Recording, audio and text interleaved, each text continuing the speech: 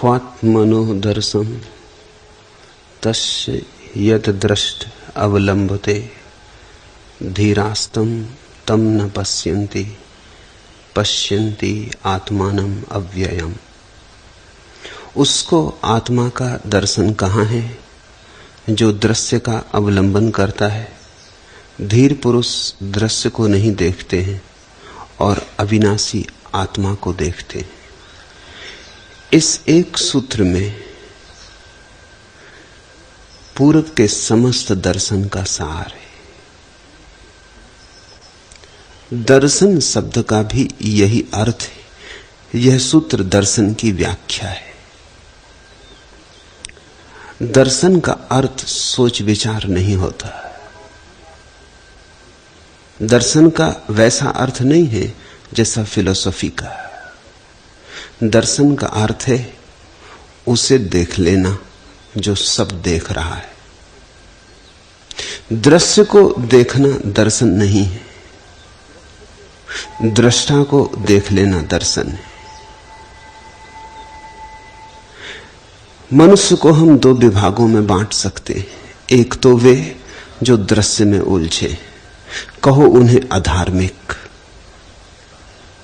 फिर चाहे वे परमात्मा की मूर्ति सामने रखकर उस मूर्ति में ही क्यों न मोहित हो रहे हो, दृश्य में ही उलझे। चाहे आकाश में परमात्मा की धारणा कर रसलीन हो रहे हो तो भी दृश्य में ही उलझे। परमात्मा भी उनके लिए एक दृश्य मात्र है। दूसरा वर्ग है जो दृष्टा की खोज करता है। मैं तुम्हें देख रहा हूं, तुम दृश्य हो। जो मेरे भीतर से तुम्हें देख रहा है दृष्टा है। तुम मुझे देख रहे हो, मैं तुम्हारे लिए दृश्य हूं। जो तुम्हारे भीतर छिपा मुझे देख रहा है, आंख की खिड़कियों से, कान की खिड़कियों से जो मुझे सुन रहा है, देख रहा है, वह कौन है? उसकी तलाश में जो निकल जाता है वही धार्मिक है। परमात्मा को अगर दृश्य की भांति सोचा तो तुम मंदिर मस्जिद बनाओगे, गुरुद्वारे बनाओगे, पूजा करोगे, प्रार्थना करोगे, लेकिन वास्तविक धर्म से तुम्हारा संबंध ना हो पाएगा। वास्तविक धर्म की तो शुरुआत ही तब होती है जब तुम दृष्टा की खोज में निकल पड़े। तुम पूछने लगे मौलिक प्रश्न की मैं कौन हूं, ये जानने वाला कौन है। जानना है जानने वाले को, देखना है देखने वाले को, पकड़ना है इस मूल को, इस स्रोत को। इसके पकड़ते ही सब पकड़ में आ जाता है। उपनिषद कहते हैं जिसने जानने वाले को जान लिया उसने सब जान लिया। महावीर कहते हैं एक को जान लेने से सब जान लिया जाता है और वह एक प्रत्येक के भीतर बैठा है। परमात्मा को दृश्य की तरह सोचना बंद करो, परमात्मा को दृष्टा की तरह देखना शुरू करो। इसलिए तो कहते हैं आत्मा ही परमात्मा है। पहचान ली तो परमात्मा हो गई, न पहचानी तो आत्मा बनी रही। अगर तुम अपने ही भीतर गहरे उतर जाओ और अपनी ही गहराई का आखिरी केंद्र छू लो तो कहीं खोजने नहीं जाना। तुम मंदिर हो, परमात्मा तुम्हारे भीतर विराजमान है। लेकिन यात्रा की दिशा बदलनी पड़ेगी। दृश्य है बाहर, दृष्टा है भीतर। दृश्य है पर, दृष्टा है स्व। दृश्य को देखना हो तो आंख खोलकर देखना पड़ता है, दृष्टा को देखना हो तो आंख बंद कर लेनी पड़ती है। दृश्य को देखना हो तो विचार की तरंगें सहयोगी होती हैं और दृष्टा को देखना हो तो निर्विचार अकंप दशा चाहिए। दृश्य को देखना हो तो मन उपाय और दृष्टा को देखना हो तो ध्यान। ध्यान का अर्थ है मन से मुक्ति, मन का अर्थ है ध्यान से मुक्ति। जिसने ध्यान खोया वो मन बना और जिसने मन खोया वो ध्यान बना। जरा सी ही बात है बाहर न देखकर भीतर देखना। सूफी फकीर औरत हुई राबिया, अनूठी औरत हुई राबिया। जमीन पर बहुत कम वैसी औरतें हुई। बैठी है अपनी झोपड़ी में, सुबह का ध्यान कर रही है। उसके घर एक मुसलमान फकीर ठहरा हुआ था, हसन, वो भी बड़ा प्रसिद्ध फकीर था। तुम्हें फर्क समझ में आ जाएगा जो फर्क मैं समझा रहा हूं। सुबह हुआ था, सूरज निकला था, पक्षी गीत गाने लगे, सुंदर सुबह थी। आकाश में शुभ्र बदलियां तैरती थी, ठंडी हवा चलती थी। हसन बाहर आया, उसने देखा ये सौंदर्य, उसने जोर से पुकारा, राबिया तू भीतर क्या करती? अरे बाहर आ, परमात्मा ने बड़ी सुंदर सुबह को जन्म दिया है, पक्षियों के प्यारे गीत हैं, सूरज का सुंदर जाल है, ठंडी हवा है, तू बाहर आ, भीतर क्या करती है? और राबिया खिलखिला के हंसी और कहा, हसन बाहर कब तक रहोगे, तुम ही भीतर आ जाओ। क्योंकि बाहर परमात्मा की बनी हुई सुबह को तुम देख रहे, भीतर में स्वयं उसे देख रहे जिसने सुबह बनाई। सुबह सुंदर है, लेकिन सुबह के मालिक के मुकाबले क्या? सूरज सुंदर है, रोशन है, लेकिन जिसके हाथ के इशारे से रोशनी सूरज में पैदा हुई, उसके मुकाबले क्या? पक्षियों के गीत बड़े प्यारे, लेकिन मैं उस मालिक का गीत सुन रही हूं जिसने सारे गीत रचे, जो सभी पक्षियों के कंठों से गुनगुनाया है। हसन तुम ही भीतर आ जाओ। हसन तो चौंक कर रह गया। हसन ने न सोचा था कि बात ऐसा मोड़ ले लेगी, लेकिन राबिया ने ठीक कहा। यह हसन और राबिया, ये आदमियत के दो प्रतीक हैं। हसन बाहर की तरफ खोज रहा है, राबिया भीतर की तरफ खोज रही है। हसन दृश्य में खोज रहा है, दृश्य भी सुंदर है, नहीं कि दृश्य सुंदर नहीं, पर दृश्य का सौंदर्य ऐसे ही है जैसे चांद को किसी ने झील में झलकते देखा हो। छाया है झील में तो, प्रतिबिंब है झील में तो, वास्तविक चांद झील में नहीं है। जिसने चांद को देख लिया वो झील में देखने वाले को कहेगा, पागल तू कहां उलझा है दृश्य में, मूल को खोज। ये तो छाया है, ये तो प्रतिबिंब है। जो हम बाहर देखते हैं वो हमारा ही प्रतिबिंब है। संसार दर्पण से ज्यादा नहीं। जब तुम्हारा मन रस से भरा होता है तो बाहर भी रस दिखाई पड़ता है। जब तुम गीत से भरे होते हो तो बाहर भी गीत सुनाई पड़ते हैं। जब तुम आनंदित होते हो तो लगता है सारा जगत महोत्सव है। जब तुम दुखी हो जाते हो सारा जगत दुखी हो जाता है। जब तुम पीड़ा से भर जाते हो तो फूल दिखाई नहीं पड़ते, कांटे ही कांटे हाथ आते। जो तुम्हारे भीतर हो रहा है वही बाहर झलकता है। तुम बाहर की व्याख्या तो भीतर से ही करोगे ना। व्याख्या तो भीतर से आएगी, व्याख्या तो दृष्टा से आएगी। दृश्य में तुम्हें जो दिखाई पड़ रहा है वो भी दृष्टा की ही छाया है। एक कवि इस बगीचे में आ जाए और एक संगीतज्ञ इस बगीचे में आ जाए और एक चित्रकार इस बगीचे में आ जाए और एक दुकानदार इस बगीचे में आ जाए और एक लकड़हारा इस बगीचे में आ जाए, सभी एक ही बगीचे में दिखाई पड़ते हैं लेकिन एक ही बगीचे में होंगे नहीं। लकड़हारा सोचता होगा कौन कौन से वृक्ष काट डाले जाएं, कौन सी लकड़ी बिक सकेगी, कौन सी लकड़ी फर्नीचर बन सकेगी, कौन सी लकड़ी जलाऊ हो सकेगी। शायद दुकानदार को वृक्ष दिखाई ही न पड़े, या इतना ही दिखाई पड़े कि इनके फल बिक जाएं तो कितने दाम हाथ आ सकेंगे। दुकानदार रुपए ही गिनते रहे। कवि को कुछ और दिखाई पड़ेगा, फूल दिखाई पड़ेंगे, फूलों में छाई हुई आभा दिखाई पड़ेगी। कवि के भीतर जैसे बाहर फूल खिले हैं वैसे भीतर गीत फूटने लगेंगे। चित्रकार को रंगों का दर्शन होगा, उसे ऐसे रंग दिखाई पड़ेंगे जो तुम्हें साधारणतः दिखाई नहीं पड़ते।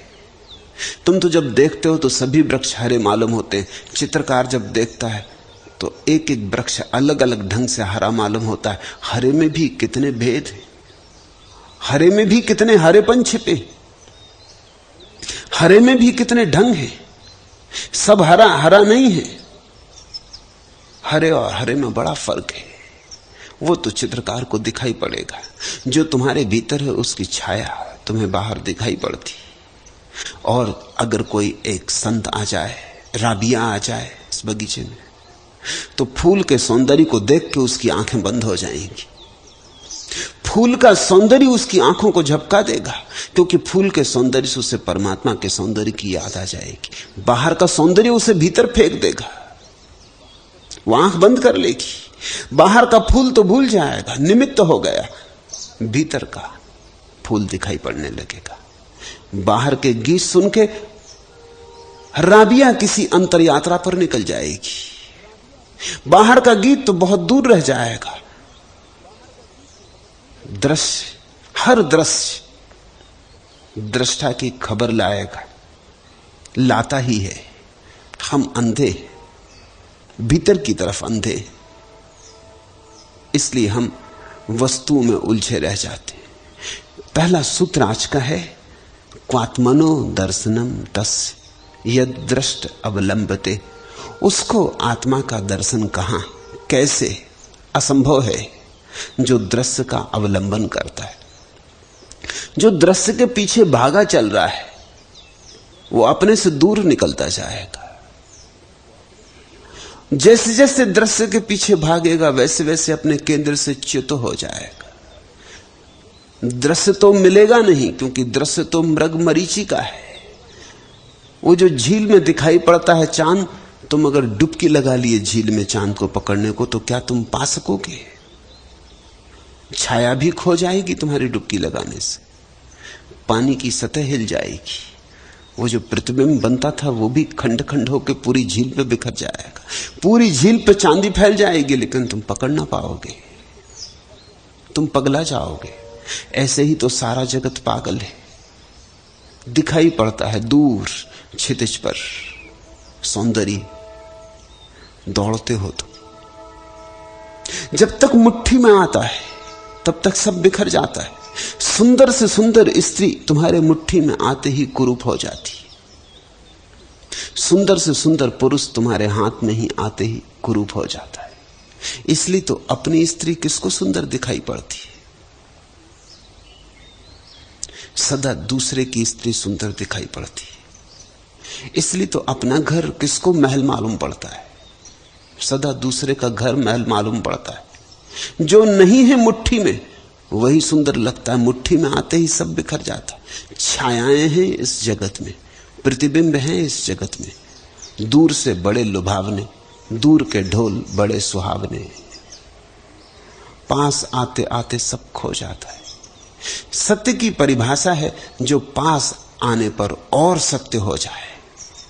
असत्य की परिभाषा है जो दूर से सत्य मालूम पड़े, पास आने पर खो जाए।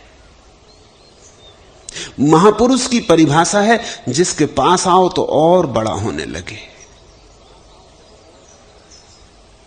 महापुरुष के नाम से जो धोखा देता है उसके पास आओगे छोटा होने लगेगा। जैसे जैसे पास आओगे वैसे वैसे छोटा हो जाएगा। जब बिल्कुल पास आ जाओगे तुम्हारे ही कद का हो जाएगा, शायद तुमसे भी छोटा कद का साबित हो। दूर से दिखाई पड़ता है बड़ा। इसलिए तो राजनेता किसी को बहुत पास नहीं आने देते। कहते हैं अडोल्फ हिटलर ने किसी से कभी मैत्री नहीं बनाई। एक भी आदमी ऐसा न था जो उसके कंधे पे हाथ रख के मित्र की तरह व्यवहार कर सके। अडोल्फ हिटलर ने कभी किसी स्त्री को इस तरह से प्रेम नहीं किया कि वो करीब आ जाए। अडोल्फ हिटलर के कमरे में कभी कोई नहीं सोया, कोई स्त्री भी नहीं सोई। कारण अडोल्फ हिटलर बर्दाश्त नहीं करता था किसी का पास आना। उसका बड़प्पन दूर के ढोल का सुहावनापन था। वो बड़ा था दूर होके, पास आके छोटा हो जाता। जानता था, सभी राजनेता जानते हैं। तुम जब राजपदों की आकांक्षा करते हो तो तुम क्या आकांक्षा कर रहे हो? तुम यही आकांक्षा कर रहे हो, तुम तो छोटे हो, कुर्सियों पर खड़े होकर बड़े हो जाओगे। तुम बचकाने हो। कभी कभी छोटे बच्चे करते, बाप के पास मूढ़े पे खड़े हो जाते हो, कहते हैं देखो पिताजी तुमसे बड़ा हो गया।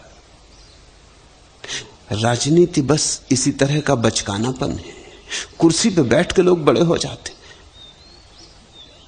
राष्ट्रपति के पद पर बैठ के आदमी राष्ट्रपति मालूम होने लगता है, पद से उतरते ही खो जाता है, फिर कोई फिक्र नहीं लेता, कोई जयराम जी करने नहीं आता। इसलिए तो जो आदमी पद पे पहुंच जाता पद से हटता नहीं।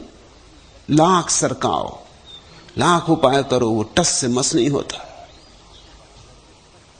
वो चाहता है उसी पद पर रहते रहते मर जाए, अब पद से नीचे ना उतरे, क्योंकि वो जानता है वो जो बड़प्पन अनुभव हो रहा है वो झूठ है, वो पद के कारण है, वो कुर्सी से मिला है, अपना नहीं, आत्मगौरव नहीं है, पद गौरव है। जिस व्यक्ति को आत्मा का थोड़ा रस आने लगता है वो पदों में उत्सुक न रह जाएगा।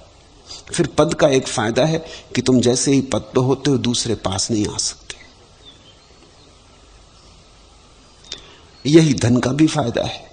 तुम्हारे जितनी बड़ी धन की ढेरी पे तुम खड़े होते हो लोग उतने दूर छूट जाते, कोई पास नहीं आ सकता। ये छोटे आदमियों की दौड़ें, हीन ग्रंथियों से पीड़ित आदमी की दौड़ें, लेकिन अधिक लोग इसमें व्यस्त होते। दृश्य की तलाश में आत्मा का दर्शन कहां, अष्टावक्र कहते हैं। दृश्य का जो अवलंबन करता है वो कभी अपने को ना पा सकेगा, और जिसने अपने को ना पाया वो सब भी पाले तो उस पाने का सार क्या है। जीसस ने कहा है तुम सारी दुनिया भी पालो और स्वयं को खो दो। ये कोई सौदा हुआ? इसको जीत समझते हो? ये तो महाहार हो गई। इससे बड़ी और पराजय क्या होगी? अपने को गंवा दिया, सब कमा लिया। कमाने योग्य तो एक ही बात है, वह जो तुम्हारे भीतर छिपा बैठा है, वही है परम धन, वही है परम पद। उसे नहीं पाया तो समझना तुम भिकमंगे रहे और भिकमंगे मरे। फिर तुम कितनी ही बड़ी कुर्सियों पर चढ़ जाओ, तुम कितनी ही सीढ़ियां चढ़ जाओ, और तुम कितने ही धन के ढेर लगा लो, और तुम सारे पृथ्वी के मालिक हो जाओ, अगर तुम अपने मालिक नहीं हो तो तुम दीन हो, तुम दरिद्र हो। और अगर तुम अपने मालिक हो और तुम्हारे पास कुछ भी ना हो तो भी तुम्हारी समृद्धि अपूर्व है, तुम सम्राट हो। स्वामी राम अपने को बादशाह कहते थे, था तो नहीं उनके पास कुछ भी, बोलते थे तो भी वो अपने को राम बादशाह ही कहते थे। कि आज सुबह राम बादशाह घूमने गया तो वृक्ष झुक झुक के सलाम बजाने लगे। आज रात राम बादशाह जा रहा था तो चांद तारे परिक्रमा करने लगे। इस देश में तो ऐसी बात चलती है, इस देश में कोई इसमें अड़चन नहीं लेता, हम इसके आदी। लेकिन जब अमेरिका गए तो लोगों को यह बात न जची। लोगों ने कहा आप कह क्या रहे हैं, क्योंकि अमेरिका में तो ये पागलपन का लक्षण हो जाए। चांद तारे और आपका चक्कर लगाने लगे और वृक्ष झुक झुक के सलाम बजाने लगे, होश में हैं, और आप अपने को राम बादशाह कहते हैं, और दो लंगोटी आपके पास है। और राम बादशाह ने कहा इसीलिए तो कहता हूं कि मैं बादशाह हूं, क्योंकि मेरे पास ऐसा कुछ भी नहीं है जो छीना जा सके, और मेरे पास ऐसा कुछ भी नहीं है जो मौत मेरे हाथों से छुड़ा लेगी। मेरी मालिकियत ऐसी है कि मौत भी हार जाएगी, और मेरी मालिकियत ऐसी है कि कोई छीन ना सकेगा। इसलिए तो बादशाह कहता हूं अपने को। मेरी हंसी देखो, मेरी आंखों में झांको, मेरी बादशाहत भीतर। मेरी बादशाहत वही है जिसको जीसस ने किंगडम ऑफ गॉड, प्रभु का राज्य कहा। मेरी आंखों में आंखें डालो और देखो, मेरी बादशाहत भीतरी है, मैंने अपने को पा लिया है। इसलिए कहता हूं कि मैं बादशाह हूं, और तुम सब गरीब हो, दीन दरिद्र हो। होंगे करोड़ों रुपए तुम्हारे पास, धन वैभव होगा, लेकिन फिर भी मैं तुमसे कहता हूं तुम दीन दरिद्र हो। इन्हीं अमीरों के लिए जिनके पास बाहर का सब कुछ है और भीतर का कुछ नहीं, जीसस का प्रसिद्ध वचन, सुई के छेद से भी ऊंट निकल सकता है, लेकिन ए अमीर लोगों, तुम प्रभु के राज्य में प्रवेश ना पा सकोगे। सुई के छेद से ऊंट भी निकल सकता है, यह असंभव है। सुई के छेद से कैसे ऊंट निकलेगा? लेकिन जीसस कहते हैं यह असंभव भी शायद किसी तरकीब से संभव हो जाए, सुई के छेद से भी ऊंट निकल जाए। लेकिन ए अमीर लोगों, तुम प्रभु के राज्य में प्रवेश ना पा सकोगे। कारण कि तुम अमीर ही नहीं हो, कारण कि तुम तो अत्यंत दीन हो, अत्यंत दरिद्र हो। तुम्हारे भीतर तो कुछ भी नहीं, खालीपन, सूखा सूखा मरुस्थल, एक भी मरुद्यान नहीं तुम्हारे भीतर। तुम भीतर तो कोरे कोरे, तुमने तो भीतर की संपदा जगाई ही नहीं। दृश्य के पीछे जो भागता रहेगा, दृश्य तो मिलेंगे ही नहीं, वो दृष्टा खो जाएगा। ये दौड़ बड़ी महंगी, और अधिकतर लोग इसी दौड़ में, बहुत बार अनुभव में भी आता है कि जिसकी तलाश करते थे जब मिलता है तो कुछ भी मिलता नहीं, लेकिन फिर मन के जाल बड़े गहरे, मन कहता है शायद इस बार चूक गए, अगली बार हो जाए। फिर वासनाएं आ जाती, फिर नए प्रलोभन आ जाते, फिर आ गए राजाधिराज, चाबुक घुमाते, सफेद घोड़े दौड़ाते, सूरज का मुकुट झिलमिलाते। फिर बच्चे फूल बीलने लगे, क्या मैं कभी जाड़े की सुगंधी से छूटूंगी नहीं, बंधी ही रहूंगी गर्माहट की इच्छा से। हर बार हर साल धूप की भाप पर मोम सी घुलूंगी, खोदूंगी स्पर्श निरपेक्ष स्वा, इस असहायता से मुक्त हो जाऊं, विधेय हो आऊं। लेकिन फिर आ गए राजाधिराज, चाबुक घुमाते, सफेद घोड़े दौड़ाते, सूरज का मुकुट झिलमिलाते। वासना पीछा नहीं छोड़ती। कई बार लगता है, कई बार गहन अभिप्सा उठती, कब मुक्त हो जाऊं, कब छूटे ये जाल, कब छूटे ये जंजाल, कब होगी मुक्ति, कब होगा खुला आकाश, जहां कोई मांग परिधि ना बनेगी और जहां कोई वासना दूषित ना करेगी, जहां चैतन्य का दिया निर्धूम जलेगा, जहां भिकमंगापन जरा भी ना होगा, जहां अपने में तृप्ति परिपूर्ण होगी और उससे बाहर जाने की कोई कल्पना भी ना उठेगी, जहां स्वप्न थरथराएंगे नहीं, जहां अकंप होगी चैतन्य की शिखा। कब आएगा वैसा क्षण? ऐसा बहुत बार बोध भी आता, लेकिन फिर आ जाते वासना के घोड़े दौड़ाते, फिर आ गए राजाधिराज, चाबुक घुमाते, फिर पकड़ लेता मन, फिर कोई कहता है एक बार और, थोड़ा और दौड़ लो। तॉलस्टॉय की बड़ी प्रसिद्ध कहानी, कितनी जमीन एक आदमी को जरूरी है। एक सन्यासी, एक घुमक्कड़, एक साधारण सुखी परिवार में ठहरा। साधारण सुखी परिवार, खाता पीता मस्त था, सीधे साधे लोग थे। लेकिन इस घुमक्कड़ ने रात को कहा कि तुम क्या कर रहे हो यहां, तुम जिंदगी भर इसी छोटी सी जमीन में खेती बाड़ी करते रहोगे, कभी अमीर ना हो पाओगे। ये आदमी जिसके घर ये घुमक्कड़ मेहमान था, गरीब था ही नहीं, क्योंकि इसे कभी अमीर होने का ख्याल ही ना उठा था। उस रात गरीब हो गया। उस घुमक्कड़ ने कहा इसमें पड़े रहोगे, कभी अमीर ना हो पाओगे। अमीर का ख्याल उठा कि गरीब हो गया। रात सो ना सका, रोज निश्चिंत सोता था। उस रात बड़ी उधेड़ बन रही। सुबह उठ के घुमक्कड़ से पूछा कि तुम तो सारी जमीन पे घूमते हो, कोई ऐसी जगह है जहां मैं अमीर हो जाऊं? उसने कहा ऐसी जगह है साइबेरिया में, वहां अजीब लोग हैं, अभी भी जंगली, उनको अभी भी कुछ अकल नहीं है। वहां तुम चले जाओ, इतनी जमीन बेच दो, यहां इतने पैसे में तो वहां तुम जितनी जमीन चाहो ले लो। फिर तो क्या था, वासना जग गई। उस आदमी ने जमीन मकान सब बेच दिया, बच्चे पत्नी बहुत रोए। उसने कहा तुम घबराओ मत, जल्दी ही हम अमीर हो जाएंगे। अमीर वे थे ही, क्योंकि कभी गरीबी का ख्याल ही ना उठा था। मस्त थे, लेकिन बड़े बुरी तरह से गरीब हो गए। वो सब बेच बाच के पहुंचा दूर साइबेरिया में। वहां जाके पता चला कि घुमक्कड़ ने ठीक कहा था।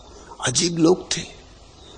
घुमक्कड़ ने कहा था तुम बस किसी भी कबीले के प्रमुख को प्रसन्न कर लेना, और प्रसन्न वो छोटी छोटी बातों से हो जाते।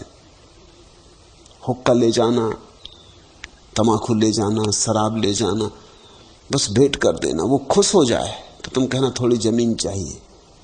उसने खुश कर दिया एक प्रमुख को। प्रमुख ने कहा तो ले लो जितनी जमीन। कितनी चाहिए? हाँ, तो वो कुछ सोच ना पाया तो उसने कहा ऐसा करो। प्रमुख ने कहा कल सुबह सूरज उगते तुम निकल पड़ना, और जितनी जमीन तुम घेर लो सांझ सूरज डूबने तक सब तुम्हारी। जितने का चक्कर लगा लो। वो आदमी तो दीवाना हो गया कि इतनी जमीन, जितने का दिन भर में चक्कर लगा लूं। फिर रात भर सो ना सका, रात भर चक्कर लगाता रहा, रात भर सपने में दौड़ता रहा। सुबह उठा तो बड़ा थका मांदा था, नींद ही ना हुई थी और रात भर दौड़ा था। एक दुख स्वप्न था, लेकिन उसने कहा कोई हर्चा नहीं। उसने सुबह नाश्ता भी ना किया, क्योंकि पेट भारी होगा तो शायद ज्यादा चक्कर ना लगा पाए। सिर्फ उसने पानी की एक थर्मस लटका ली और वो तो भागा। इतनी तेजी से भागा, जीवन में कभी भागा नहीं था, एकदम तीर की तरह भागा। एक क्षण खोना खतरनाक था। उसने तय कर रखा था मन में कि ठीक 12 बजते बजते जब सूरज सिर पे होगा तो लौटना शुरू कर दूंगा, क्योंकि फिर लौटना भी है। लेकिन जब सूरज सिर पे था तो मन मोहने लगा कि थोड़ा और। कई मील चल चुका था, इतना विराट घेर लिया था, इतनी सुंदर जमीन थी। जब सूरज सिर पे आया तो उसने कहा थोड़ा और घेर लूं, जरा जोर से दौड़ना पड़ेगा। और क्या, एक दिन की यही बात है, और दौड़ लूंगा। उसने रुक के पानी भी ना पिया, क्योंकि प्यास तो लगी थी, लेकिन रुक के पानी पिए उतना समय खो जाए। उतनी देर में तो 1-2 एकड़ घेर ले। सूरज ढलने लगा, लेकिन मन लौटने का ना हो। सोचा उसने जीवन दांव पर लगा दूं, एक ही दिन की तो बात है। फिर लौटा। अब बड़ी मुश्किल हो गई। अब वो भाग रहा है, दिन भर का थका मांदा। सूरज ढलने को होने लगा। वो भाग रहा है। सारा गांव खड़ा है देखने के लिए, और लोग उससे उत्साहित कर रहे हैं कि दौड़, क्योंकि सूरज डूब रहा है। अगर सूरज डूबते तक न लौटा तो सब गए। डूबते तक लौट आना चाहिए, ये शर्त थी। उसने सारा जीवन दांव पे लगा दिया। अब तो बहुत ही करीब रह गया और सूरज बिल्कुल क्षितिज छू रहा है। उसने सारी शक्ति आखिरी बार इकट्ठी की, बची भी नहीं थी शक्ति, सब दांव पे लगा दी। भागा, लेकिन जो रेखा खींची गई थी उस पर पहुंचते पहुंचते गिर पड़ा। सूरज ढल ही रहा था, पहुंच गया ठीक वक्त पर, लेकिन गिरते ही मर गया। और गांव भर के लोग खूब हंसे और उन्होंने उसकी कब्र बना दी, और कब्र पर लिख दिया एक आदमी को कितनी जमीन चाहिए, 6 फीट। 6 फीट कब्र बनी, मीलों घेर ली थी, वो सब व्यर्थ चली गई। ये टॉलस्टॉय की बड़ी प्रसिद्ध कहानी है, how much land does a man require. कितनी जमीन? 6 फीट काफी हो जाती। वासना बढ़ती चली जाती, वासना कोई छोर नहीं मानती, तुम दौड़ते ही चले जाते। मेरे एक मित्र, मुझसे उन्होंने कहा कि आप कहते हैं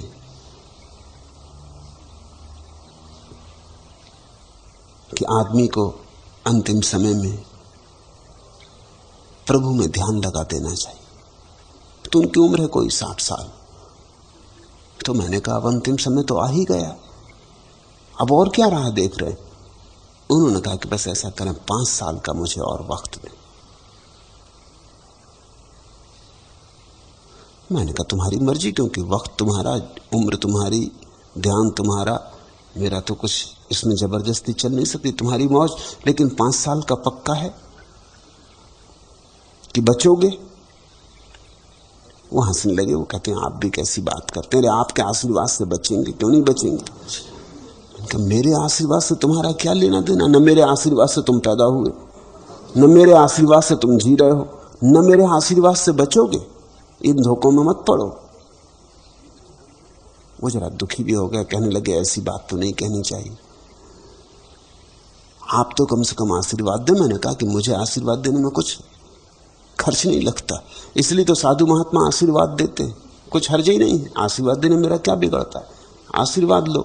लेकिन 5 साल में पक्का है, अगर बच गए तो फिर? उन्होंने कहा फिर तो संन्यास ले लेना, सब बंद कर दूंगा। हो गया, 5 साल भी पूरे हो गए। जब मैं दोबारा उनके घर मेहमान हुआ तो वो बड़े बेचैन थे, वो अकेले मेरे पास न बैठे, इधर उधर घूमे। मैंने कहा कि घूमने से क्या होगा, 5 साल पूरे हो गए। आप कहते तो ठीक है, 5 साल का और वक्त देते।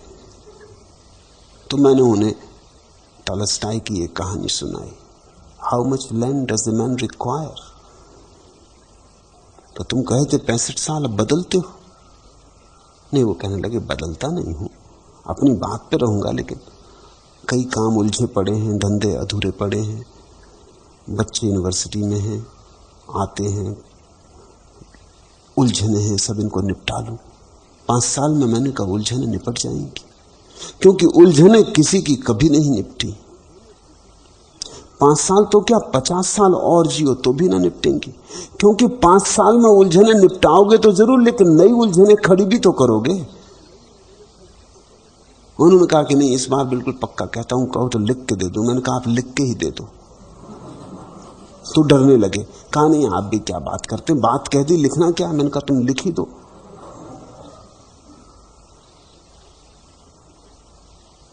शायद 5 साल बाद तुम फिर बदल जाओ। लिख के उन्होंने मुझे दिया। जब 5 साल फिर निकल गए तो मैंने उन्हें तार किया कि 5 साल पूरे हो गए। वो आए और कहने लगे क्षमा कर, ये मुझसे ना हो सकेगा, और अब आपसे दोबारा 5 साल मांगू इसकी भी हिम्मत नहीं पड़ती, लेकिन ये मुझसे हो ना सकेगा। मैंने कहा मरोगे या नहीं मरोगे? मरते वक्त क्या करोगे? मौत द्वार पर खड़ी हो जाएगी, मुझे तो तुम कहते हो कि नहीं हो सकेगा, मौत से क्या कहोगे? वो कहने लगे कौन, आज मारा जाता हूं, जब आएगी मौत तब देख लेंगे। ऐसे आदमी सरकाता चलता, ऐसे आदमी हटाता चलता।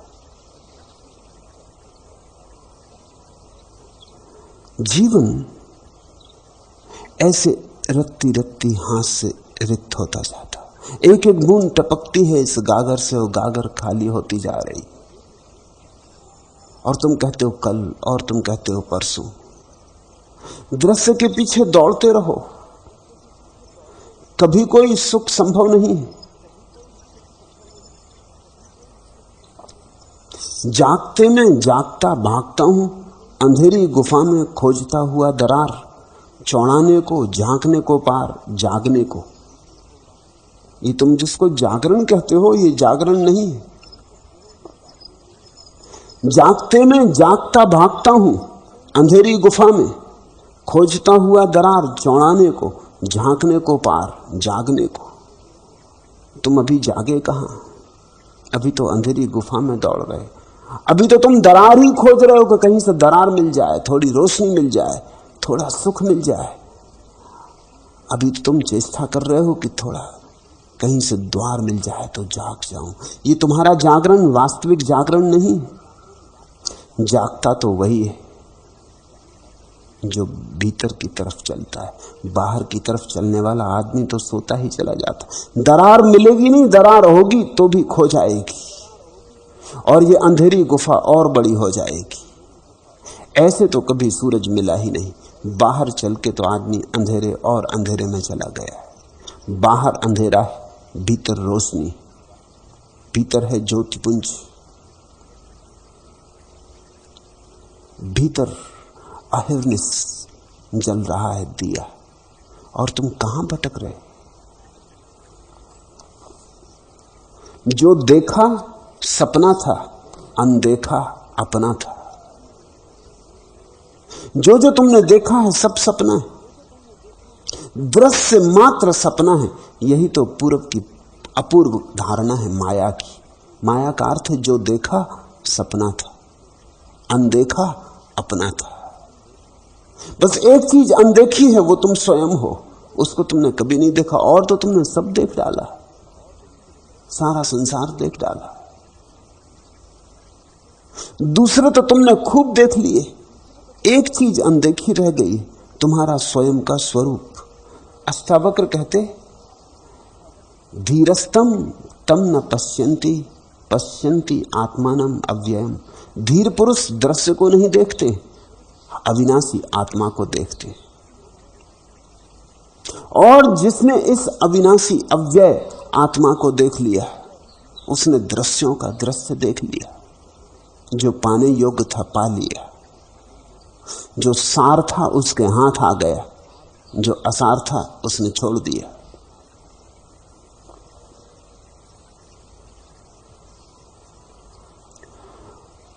तुम्हारे भीतर अमृत विराजमान है। जिसके लिए तुम तरस रहे हो वह तुम्हारे भीतर छिपा पड़ा है। जिस धन को तुम खोजने निकले हो,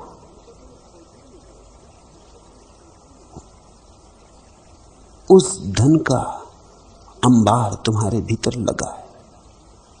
संपत्ति भीतर, बाहर तो विपत्ति है। संपदा भीतर है, बाहर तो विपदा है। उलझन बढ़ती है, कटती नहीं।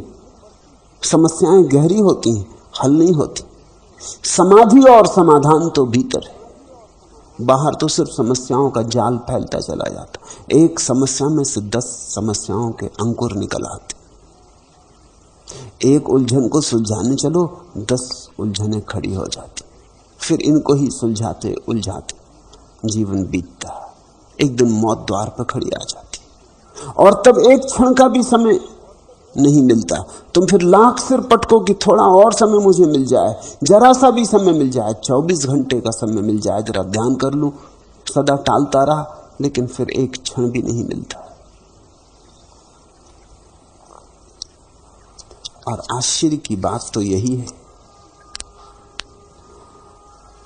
कि इतनी अपूर्व राशि को तुम लिए चलते हो। बुद्ध कहते, कृष्ण कहते, क्राइस्ट कहते, नानक, कबीर, दादू कहते, सारे जगत के रहस्यमय पुरुष, सारे जगत के संत एक ही बात कहते कि तुम्हारे भीतर अपरंपार संपदा पड़ी, प्रभु का राज्य तुम्हारे भीतर। फिर भी तुम सुनते नहीं, और बाहर तुम देखते हो अनेकों को तड़फते, सारा संसार तड़फता। जिनके पास बहुत है वो भी वैसे ही उदास। फिर भी तुम जागते नहीं। निरपवाद रूप से अगर कोई बात कही जा सकती है तो एक है, जिन्होंने बाहर खोजा कभी नहीं पाया। एक भी अपवाद नहीं हुआ इसका। आज तक मनुष्य जाति में एक आदमी ने ऐसा नहीं कहा कि मैंने बाहर खोजा और पा लिया। और अब तक जिसने भी पाया उसने भीतर खोज के पाया, वो भी निरपवाद। जिसने भी कहा मुझे मिला, उसने कहा भीतर मिला। ये सत्य के दो पहलू हैं, एक ही सत्य के। बाहर कभी किसी को नहीं मिला, अनंत अनंत लोगों ने खोजा, और जिन थोड़े से लोगों को मिला उन्हें भीतर खोज के मिला। और क्या प्रमाण चाहते हो? धर्म निरपवाद विज्ञान है इस अर्थ में। एक भी बार इसमें चूक नहीं हुई। फिर भी हम बाहर भागते, फिर भी हम भीतर नहीं जाते। हम वे लोग हैं जो घोल दें खुशबू हवा में, जो काल के निष्ठुर हृदय पर उंगलियों से लिख दें अमिट लेख। हम वे लोग हैं जो मौत की ठंडी उंगलियों में भर दें जिंदगी के गीत। हम हवाओं में तैरते इस पार से उस पार तक निर्बंध। हम वे लोग हैं जिन्हें छांट दो तो अमर बेल सा उग आए, जिन्हें बांध दो तो गंध सा बस जाएं, जिन्हें जला दो तो आकाश में छा जाएं। हम तुम्हारी आत्माओं की प्रज्वलित शिखाएं, तुम्हारी आवाज के आधार का मूल तत्व, तुम्हारी मुट्ठियों में रची बसी आस्थाएं। हम वे लोग हैं जो हवा में भर जाते हैं, अवाम में छा जाते हैं, ओंठों पर भा जाते हैं, चेहरों पर आ जाते हैं। हम वे लोग हैं जो घोल दें खुशबू हवा में, जो काल के निष्ठुर हृदय पर उंगलियों से लिख दें अमिट लेख। शाश्वत तुम्हारे भीतर पड़ा है, तुम अमर बेल हो। कितने बार जन्मे, कितने बार मरे, फिर भी मिटे नहीं। मिटना तुम्हारा स्वभाव नहीं, अव्यय। तुम कभी व्यतीत नहीं होते, तुम्हारा कभी व्यय नहीं होता। अमृत। तुम कितने ही भागते रहे हो जन्मों जन्मों में, फिर भी तुम्हारी संपदा अक्षुण तुम्हारे भीतर पड़ी है। जिस दिन जागोगे उसी दिन स्वामी हो जाओगे, जागते ही स्वामी और सम्राट हो जाओगे। घोषणा भर करनी है। अष्टावक्र की महिमा यही है कि वो तुमसे यही कह रहे हैं कि कुछ करना नहीं है, सिर्फ जरा आंख का कोण बदलना, देखना और घोषणा करनी। तुम्हारे भीतर से सिंहनाद हो जाएगा। जो हठपूर्वक चित्त का निरोध करता है, उस अज्ञानी को कहां चित्त का निरोध? स्वयं में रमण करने वाले धीर पुरुष के लिए यह चित्त का निरोध स्वाभाविक है। यह सूत्र अत्यंत आधारभूत, ध्यानपूर्वक समझना। क्वा निरोधो विमूढ़स यो निर्बंधम करोति वै, स्वारामस्वैव धीरस्य सर्वदा असो अकृत्रिमा।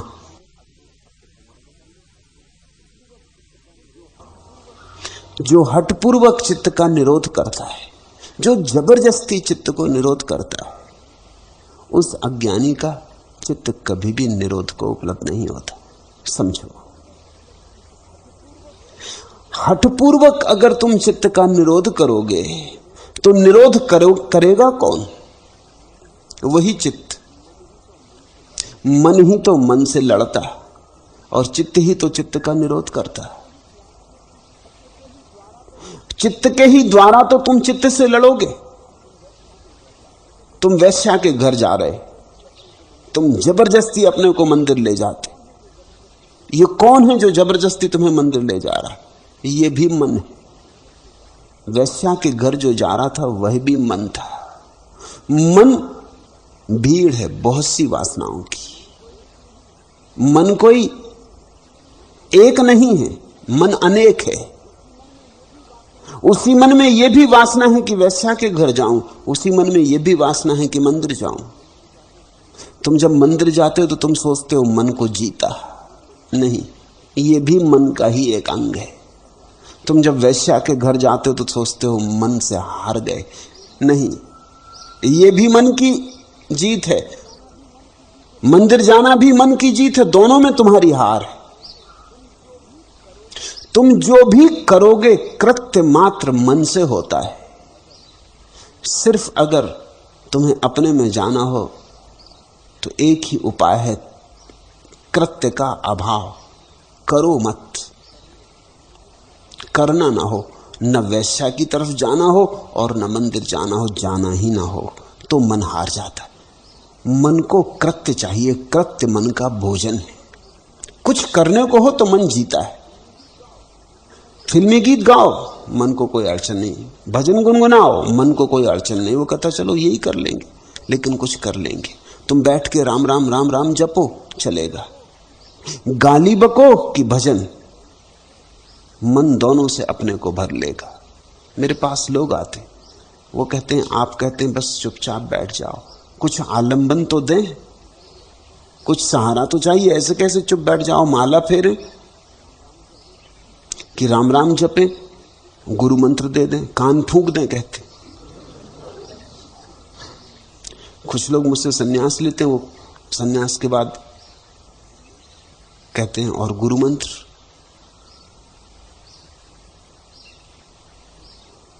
सहारा तो चाहिए।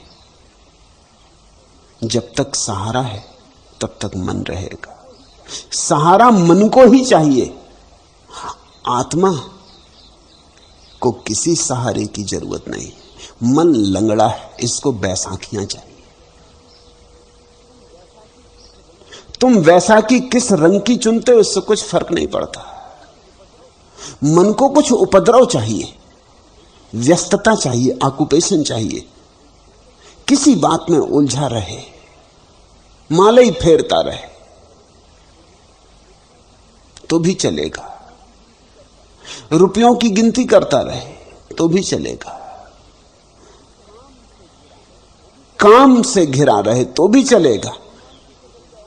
राम नाम की चदरिया ओढ़ ले, राम राम बैठ के गुनगुनाता रहे तो भी चलेगा। लेकिन कुछ काम चाहिए, कुछ कृत्य चाहिए। कोई भी कृत्य दे दो, हर कृत्य की नाव पर मन यात्रा करेगा और संसार में प्रवेश कर जाएगा। कृत्य की नाव मत दो, बस मन गया। बैठे रहो, मन बहुत मांग करेगा, बहुत छीना झपटी करेगा। सदा तुमने दिया है, आज अचानक न दोगे तो मन एकदम से नहीं चुप हो जाएगा। लेकिन तुम बैठे रहो, तुम कहो कि अब तय कर लिया, अब कृत्य नहीं करेंगे, कुछ भी नहीं करेंगे, एक घड़ी बैठे ही रहेंगे, लेटे ही रहेंगे, खाली रहेंगे। सो मत जाना, क्योंकि मन वही सुझाव देगा। वो कहता तो फिर क्या पड़े खाली खाली, सो ही जाओ, कम से कम इतना ही करो। सोना भी कृत्य है।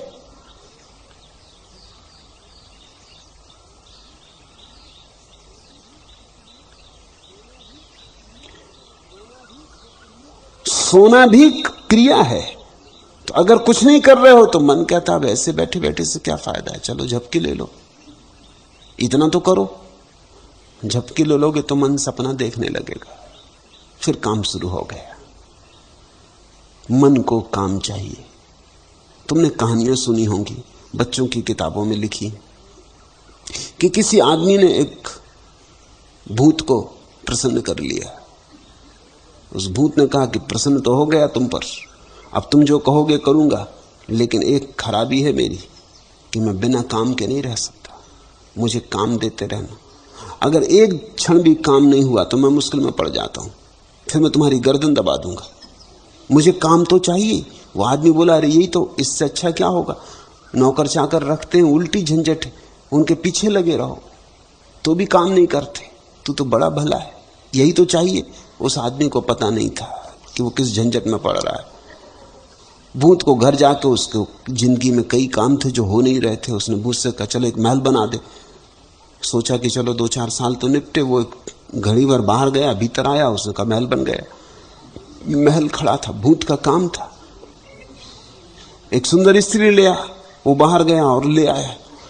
तब तो वो आदमी घबराया, तिजोरी भर दे, उसने कहा भर दी।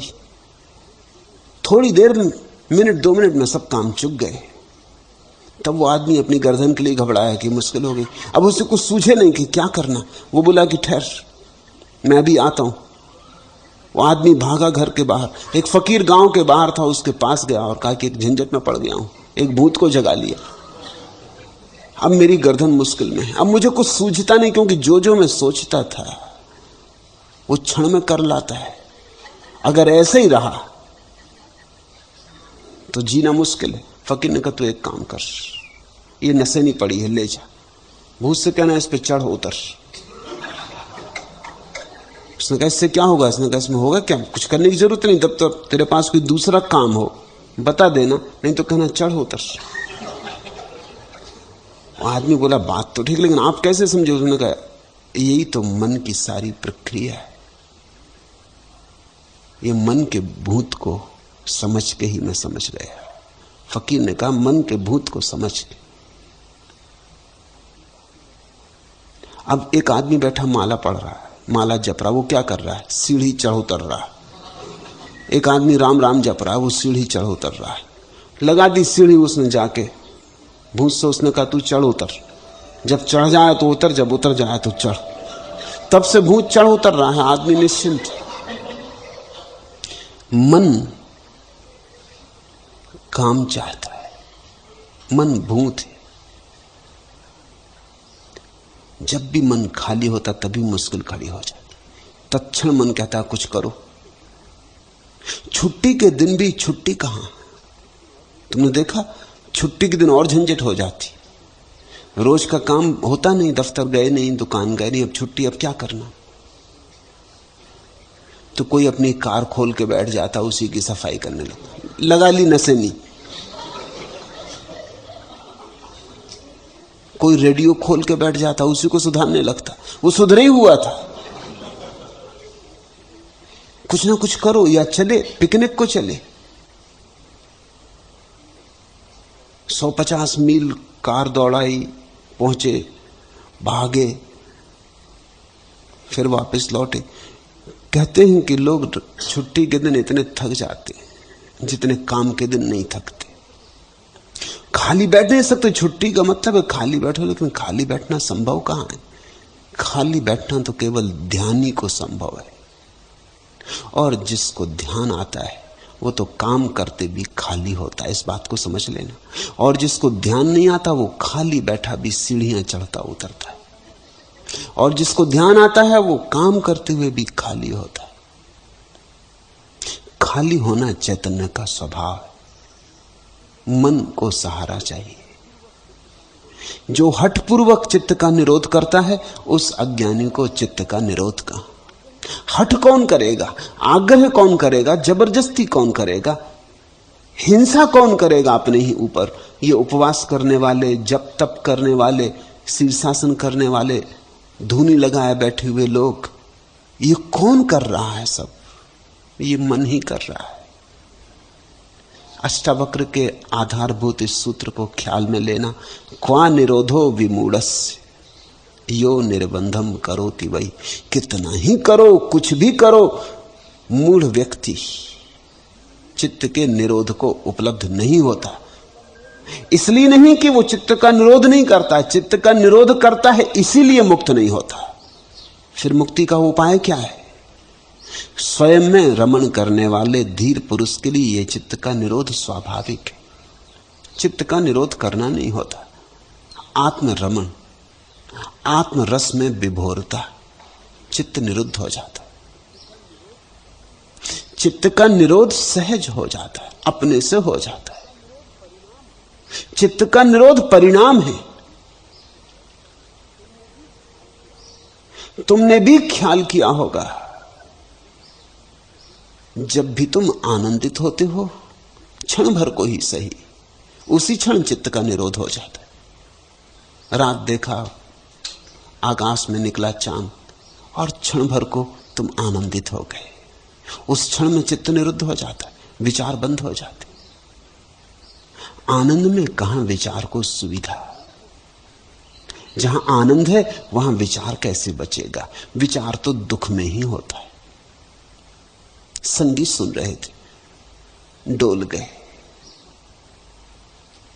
मस्त हो गए, एक भीतरी शराब पैदा हो गई। तब कहां मन? तब क्षण भर को मन अपने आप अवरुद्ध हो गया। इधर तुम मुझे सुन रहे हो,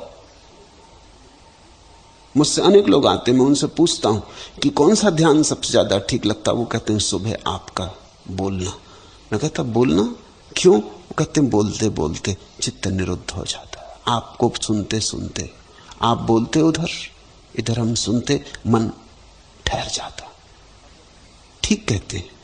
अगर शांति से सुना, अगर मुझसे विवाद न रखा, संवाद किया, मेरे साथ चले, मेरे हाथ में हाथ ले लिया, बाधा न डाली, सहयोग किया, जिस दिशा में ले चला उस दिशा में चलने लगे, बहने लगे, चित्त निरुद्ध हो जाता है। एक क्षण को जब सुनना प्रगाढ़ होता है, तब कहां चित्त, कहां मन, सब खो गया।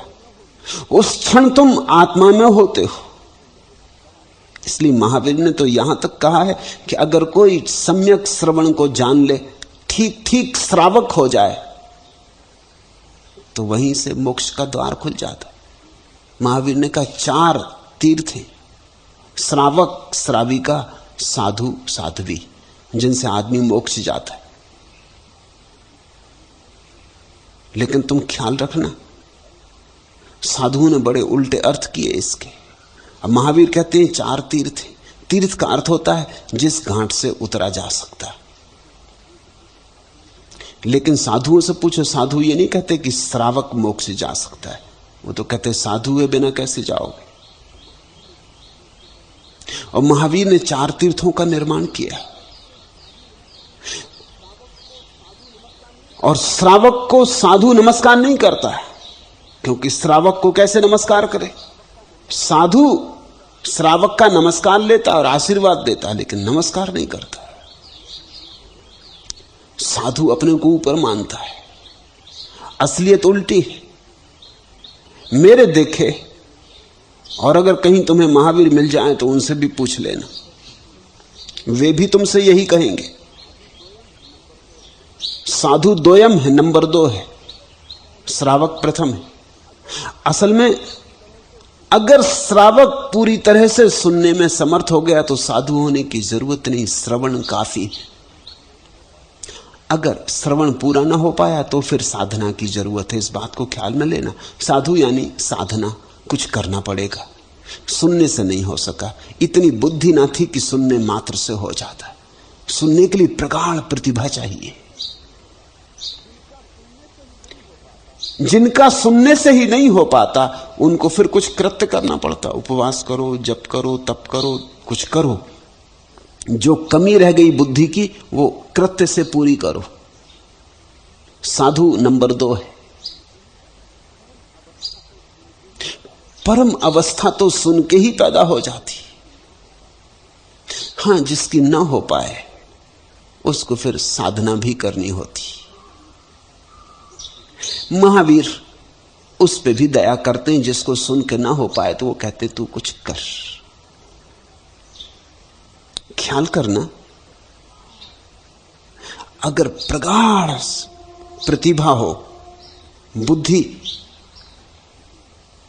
निखार में हो, मलिन ना हो,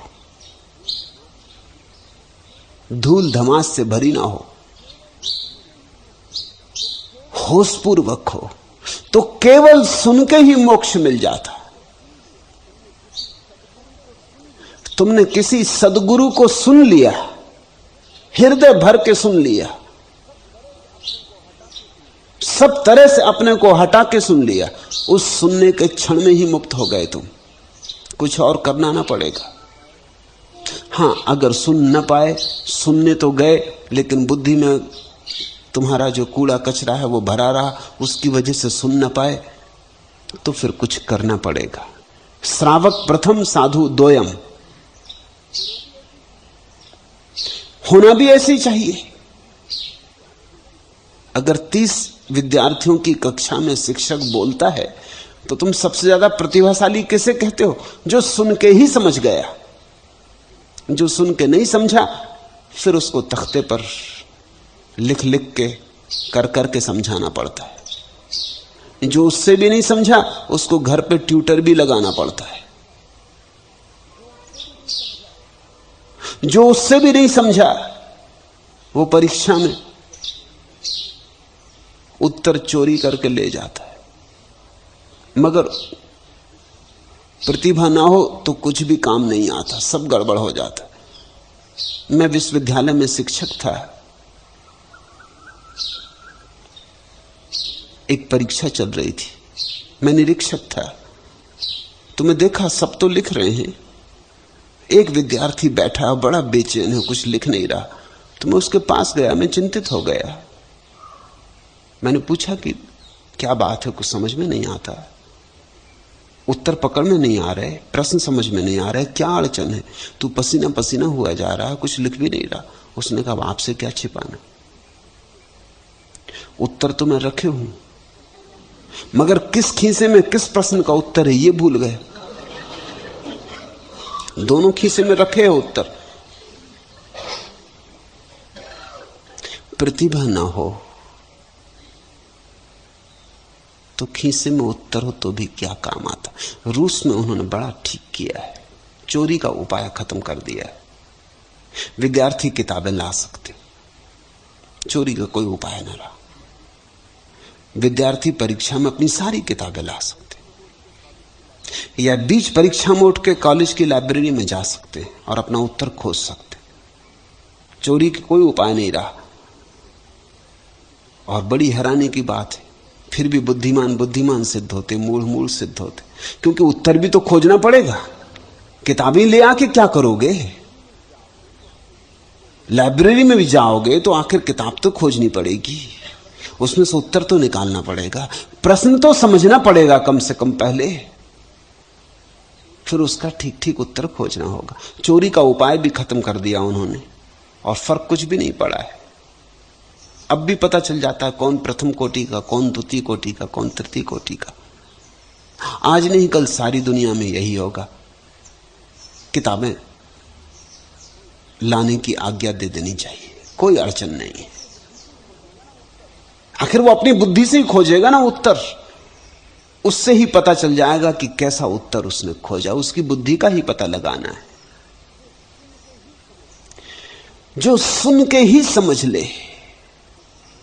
बुद्ध कहते थे कुछ घोड़े होते जिनको मारो तब चलते, कुछ घोड़े होते जिनको कोड़ा फटकारो चलते, कुछ घोड़े होते जो कोड़ा हाथ में देख लेते तो चलते, फटकारने की जरूरत नहीं होती, और कुछ घोड़े होते कुलीन वस्तुतः जिनको हम घोड़े कहें, वो कोड़े की छाया देख के भी काफी अपमानित हो जाते।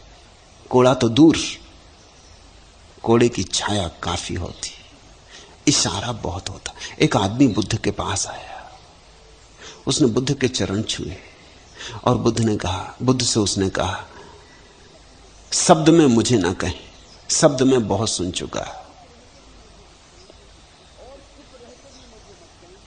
और चुप रह के भी मुझे मत कहें, क्योंकि चुप को मैं समझ पाऊं ऐसी मेरी अभी सामर्थ्य नहीं। अब तुम कहोगे बड़ी उलझन में डाल दिया होगा बुद्ध को। शब्द में मत कहें क्योंकि शब्द में बहुत सुन चुका, कुछ पकड़ आता नहीं, और चुप रह के भी ना कहें क्योंकि चुप में समझ पाऊं ऐसी मेरी सामर्थ्य कहां। बुद्ध मुस्कुराए, बुद्ध ने आंखें बंद कर ली। वो आदमी भी आंख बंद करके बैठा रहा। घड़ी आधा घड़ी बीती, वो आदमी उठा, उसने बुद्ध के चरण छुए और कहा, धन्यवाद, आपने मार्ग दिखा दिया। वो आदमी चला गया। बुद्ध के पास जो शिष्य बैठे थे वो तो बड़े हैरान हुए, ये हुआ क्या, इन दोनों के बीच घटा क्या। 40 साल से साथ रहने वाला आनंद भी बैठा था। उसने कहा, ये तो हद हो गई, 40 साल से मैं आपके साथ हूं, न तो सुन के समझ आया कि आप जो कहते हैं वो क्या कह रहे हैं, और आपको चुप भी बैठे देखता हूं तो भी समझ में नहीं आता। और इस आदमी को क्या हुआ, ये धन्यवाद दे के चला गया। तो बुद्ध ने कहा, घोड़े कुछ होते मारो तो मुश्किल से चलते, कुछ होते कोड़ा फटकारो चल जाते, कुछ होते कोड़ा देख के ही चल जाते, और कुछ होते जो कोड़े की छाया से ही चल जाते। ये आखिरी किस्म का घोड़ा है, कोड़े की छाया काफी। ये चल पड़ा, इसकी यात्रा शुरू हो गई, ये पहुंचकर रहेगा आनंद। महावीर कहते हैं, अगर सम्यक श्रवण हो तो बस काफी। कृत्य की तो जरूरत तब पड़ती है जब श्रवण से ना हो सके, तो फिर कोड़े मारना पड़ते। उपवास से मारो, आग जला के मारो, ठंड में धूप में खड़े होकर मारो, कांटों पर लेट के मारो, कैसे मारते हो ये अलग बात, लेकिन फिर कोड़े मारने पड़ते। महावीर तो कहते हैं साधु जा सकता, अष्टावक्र और भी ज्यादा शुद्ध है, वो तो कहते हैं साधु जा ही नहीं सकता। तुम इसे समझना, इसलिए तो मैं कहता हूं अष्टावक्र जैसा क्रांतिकारी दृष्टा नहीं हुआ। अष्टावक्र कह रहे हैं, क्वा निरोधो विमूढ़स यो निर्बंधम करोति वै। कितना ही करो निरोध, निरोध से निरोध नहीं होता। कितना ही साधो, साधना से कुछ नहीं सधता है, चेष्टा से कुछ हाथ नहीं आता। स्वयं में रमण करने वाले धीर पुरुष के लिए यह चित्त का निरोध स्वाभाविक है। ये तो उसी को होता है जो केवल समझ इशारे से रूपांतरित हो जाता है, बोध मात्र से, प्रज्ञा मात्र से, और अपने में रमण करने लगता है। तो बैठ जाओ कभी कभी, निरोध की कोई जरूरत नहीं। मन आएगा, मन पुराने जाल फैलाएगा। फिर आ गए राजाधिराज चाबुक घुमाते, आएगा, तुम देखते रहना। लड़ना मत, लड़ने में निरोध है। हटाना मत, हटाने में निरोध है। विरोध मत करना, विरोध ही तो निरोध है। तुम देखना, घुमाने दो चाबुक, आने दो मन को, लाने दो सब जाल, फैलाने दो पुराने सब व्यवस्थाएं, करने दो अपना इंतजाम। तुम शांत बैठे रहना, तुम सिर्फ साक्षी रहना। तुम कहना हम देखेंगे, बस देखेंगे और कुछ ना करेंगे। तू खड़ी कर अप्सराएं सुंदर, हम देखेंगे। तू फैला लोभ काम के जाल, हम देखेंगे। हम कुछ करेंगे नहीं, हम अडिग देखते रहेंगे। हम नजर पैनी रखेंगे, हम नजर साफ रखेंगे। न तो तेरे साथ चलेंगे, न तुझसे लड़ेंगे। ऐसी दशा में धीरे धीरे मन अपने आप हार जाता, अपने आप सो जाता, अपने आप खो जाता। और ऐसी ही साक्षी दशा में तुम्हारा स्वयं में पदार्पण होता, आत्मरमण शुरू होता। स्वरामस्यैव धीरस्य सर्वदा असो अकृतम। और तब एक निरोध पैदा होता जो अकृत्रिम है, जो स्वाभाविक है, जो सहज है, जो तुम्हारी छाया की तरह तुम्हारे पीछे आता है। ऐसा समझो, निरोध करने वाला निषेधात्मक है, वो लड़ता है। स्वभाव का अर्थ है बिना लड़े अपने भीतर के सुख में डूब जाना। वो सुख ऐसा प्रीतिकर है कि उस सुख को जान लेने के बाद मन का कोई प्रलोभन काम नहीं करता। अब जिसके हाथ में हीरे जवाहरात आ गए, वो कंकड़ पत्थर के लोभ में थोड़ी पड़ेगा। और जिसने अमृत चख लिया, अब वो विष के धोखे में थोड़ी आएगा। और जिसने परम सौंदर्य जान लिया, अब वो हड्डी मांस मज्जा के सौंदर्य में थोड़ी उलझेगा। और जो अपने परम पद पे विराजमान हो गया, अब तुम्हारी छोटी मोटी कुर्सियों के लिए थोड़ी लड़ेगा। और जिसने राज्यों का राज्य पा लिया, साम्राज्य पा लिया स्वयं का, अब वो तुम्हारे पदों के लिए थोड़ी आकांक्षा करेगा, तुम्हारे धन की थोड़ी चाह करेगा। बात खत्म हो गई। निरोध होगा, लेकिन सहज, अकृत्रिम। कोई भाव को मानने वाला है और कोई कुछ भी नहीं है ऐसा मानने वाला है। वैसे ही कोई दोनों को नहीं मानने वाला है, और वही स्वस्थ चित्त है। भावस्य भाव का कश्चिन किंचित भाव का अपरा, उभया अभाव का कश्चित देवमेव निराकुला। कोई है जो कहता है ईश्वर है, कोई है जो कहता है ईश्वर नहीं है। अष्टावक्र कहते हैं दोनों अज्ञानी। क्योंकि जो है ना तो है में समाता है और ना नहीं है में समाता है, न भाव में न अभाव में, न ऐसा कहने में न वैसा कहने में, न स्वीकार में न अस्वीकार में। जो है वो इतना विराट है कि सिर्फ शून्य में समाता है, सिर्फ मौन में समाता है। बोले कि चूके, कहा कि गया, सत्य अभिव्यक्त किया कि विकृत हुआ। लाओजू ने कहा है, सत्य को कहा कि फिर सत्य ना रहा, कहते ही असत्य हो गया। तुमने कहा हां, तुमने कहा ना, विभाजन शुरू हो गया। नहीं हां नहीं ना, नास्तिकता न नास्तिकता, ऐसा भी कोई है, अष्टावक्र कहते, जो ना हां में पड़ता ना में पड़ता, दोनों के पार खड़ा है, वही स्वस्थ चित्त है। हां कहा, चल पड़े, उपद्रव शुरू हुआ। तुमने कहा ईश्वर है, तो अब तुम लड़ने लगे उससे जो कहता है ईश्वर नहीं, लड़ाई शुरू हो गई।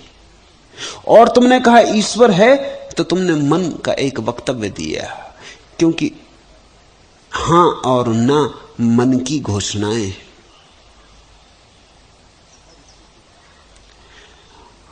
और इससे विवाद पैदा होगा, सिद्धांत, संप्रदाय, शास्त्र पैदा होगा, उलझन शुरू हुई।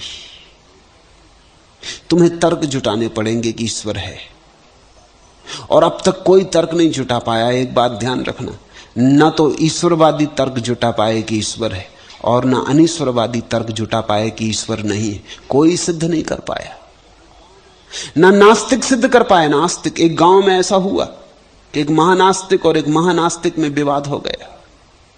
आस्तिक और नास्तिक दोनों महान थे और बड़े प्रकांड विवादी थे। सारा गांव विवाद देखने इकट्ठा हुआ, और सारा गांव खुश भी था कि किसी तरह निपटारा हो जाए, क्योंकि उन दोनों की वजह से गांव भी परेशान था।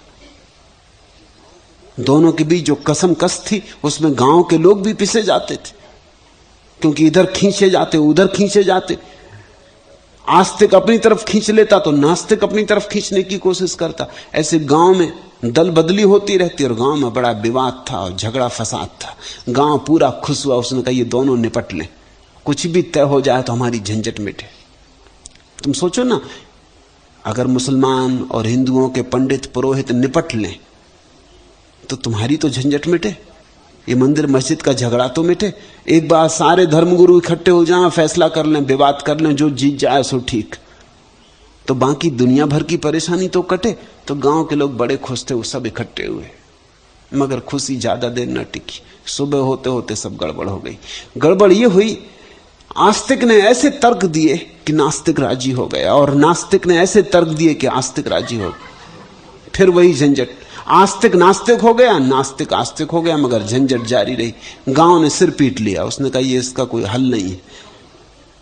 इतनी बड़ी बदलाहट हो गई कि आस्तिक नास्तिक हो गया, नास्तिक आस्तिक हो गया, मगर गांव की मुसीबत वही की वही रही। आज तक दुनिया में न तो कोई ईश्वर को सिद्ध कर पाया है और न असिद्ध कर पाया है। जो लड़ते हैं मूढ़ है। आस्तिक भी और नास्तिक भी दोनों मंद बुद्धि है। अष्टावक्र कहते, वैसे ही कोई दोनों को नहीं मानने वाला है, वही स्वस्थ चित्त है, जो कहता है इन झंझटों में मुझे कुछ रस नहीं, हां और ना में मेरा कोई विवाद नहीं, पक्ष और विपक्ष में मैं पड़ता नहीं, मैं अपने में रमा हूं और मेरा रस वहां बह रहा, बस काफी है। मैं अपने में डूबा हूं और मस्त हूं अपनी मस्ती में। मेरा गीत मुझे मिल गया, मेरा नृत्य मुझे मिल गया, मेरी रसधार बह पड़ी। अब कौन पड़ता है इस फिजूल की बकवास में कि ईश्वर है या नहीं, ये नासमझ तय करते रहे। दुर्बुद्धि पुरुष शुद्ध अद्वैत आत्मा की भावना करते हैं, लेकिन मोहवश उसे नहीं जानते हैं, इसलिए जीवन भर सुख रहित है। शुद्ध अद्वयम आत्मानम भावयन्ति कुबुद्धया नतु जानन्ति समोहात यावत जीवन अनिवृता। दुर्बुद्धि पुरुष शुद्ध अद्वैत आत्मा की भावना करते हैं, लेकिन मोहवश उसे नहीं जानते और जीवन भर सुख रहित रहते हैं। तीन बुद्धि की संभावनाएं, बुद्धि, अबुद्धि, कुबुद्धि। जो अबुद्धि में है वो बड़े खतरे में नहीं है, उसकी बुद्धि सोई हुई है, जगाई जा सकती। जो अज्ञानी है वो खतरे में नहीं है, कम से कम विनम्र होगा कि मुझे पता नहीं है, खोज करेगा। कुबुद्धि कौन है? कुबुद्धि वो है जिसे पता नहीं है और जो मानता है कि मुझे पता है। पंडित कुबुद्धि है, शास्त्र का जानने वाला, सूचनाओं को इकट्ठा करने वाला कुबुद्धि। अबुद्धि इतनी बुरी बात नहीं, अबुद्धि से बुद्धि तक जाने में अड़चन नहीं है, कुबुद्धि बड़ी अड़चन में। वो अबुद्धि में है अभी और सोचता है कि बुद्धि में पहुंच गया, ये उसकी कुबुद्धि है। अज्ञानी है और मान लेता है कि ज्ञानी हो गया हूं। बीमार है और सोचता है कि स्वस्थ हूं, इसलिए औषधि भी नहीं लेता और चिकित्सक के पास भी नहीं जाता। जाए क्यों, किस लिए जाए? इसलिए सबसे ज्यादा खतरनाक स्थिति कुबुद्धि की है। और तुम ध्यान रखना, अधिक लोग कुबुद्धि की स्थिति में हैं, इसलिए परमात्मा से मिलन नहीं हो पाता, सत्य की खोज नहीं हो पाती। पहले तो कुबुद्धि को लौटना पड़ता है अबुद्धि में, अबुद्धि से रास्ता जाता है। इसलिए मेरी चेष्टा यहां है कि तुम्हें जो भी आता है वो विस्मरण हो जाए, तुमने जो जो पाठ सीख लिए हैं वो भूल जाएं, तुम्हारा ज्ञान का चोगा उतर जाए, तुम्हारी ये ज्ञान की झूठी परत टूट जाए, तुम्हें स्मरण आ जाए कि तुम्हें पता नहीं। फिर यात्रा शुरू होती, फिर तुम साफ हुए, फिर तुम बच्चे की भांति हो। कुछ बुरा नहीं अबुद्धि में। अबुद्धि का इतना ही मतलब है कि मुझे पता नहीं और मैं तैयार हूं यात्रा पर जाने को। कुबुद्धि का अर्थ है पता तो नहीं है, भीतर तो मालूम है कि पता नहीं, क्योंकि खुद को कैसे धोखा दोगे, लेकिन ऊपर से अहंकार स्वीकार नहीं करने देता कि मुझे पता नहीं। अहंकार कहता है पता है मुझे और पता ना हो, ये हो कैसे सकता है? अगर मुझे पता नहीं तो फिर किसी को पता नहीं। इस कुबुद्धि की स्थिति को उतारना, इस कुबुद्धि को हटाना। घबराहट लगेगी क्योंकि कुबुद्धि को हटाओगे तो अबुद्धि मालूम पड़ेगी, मगर अबुद्धि में कुछ भी बुरा नहीं। अबुद्धि में तो तुम सिर्फ अबोध अवस्था में आ गए, जो कि स्वाभाविक है। अबोध से बोध की तरफ जाना बिल्कुल सुगम है, एक ही छलांग में हो सकता है। लेकिन कुबोध से तो बोध की तरफ जाने का कोई उपाय ही नहीं, रास्ता जाते ही नहीं, वहां से कोई मार्ग ही नहीं। दुर्बुद्धि पुरुष शुद्ध अद्वैत आत्मा की भावना करते, कल्पना करते, विचार करते, चिंतन मनन करते, चर्चा करते, लेकिन मोहबस उसे जानते नहीं। वो जो मोह है अहंकार का, अपना, मेरे का, वो छोड़ने नहीं देता। मोह का अर्थ होता है ममत्व, मेरा, मैं। वो जो मैं के आसपास परिधि खींची है वही मोह। मोह के कारण उसे जानते नहीं और जीवन भर सुख रहित रहते हैं।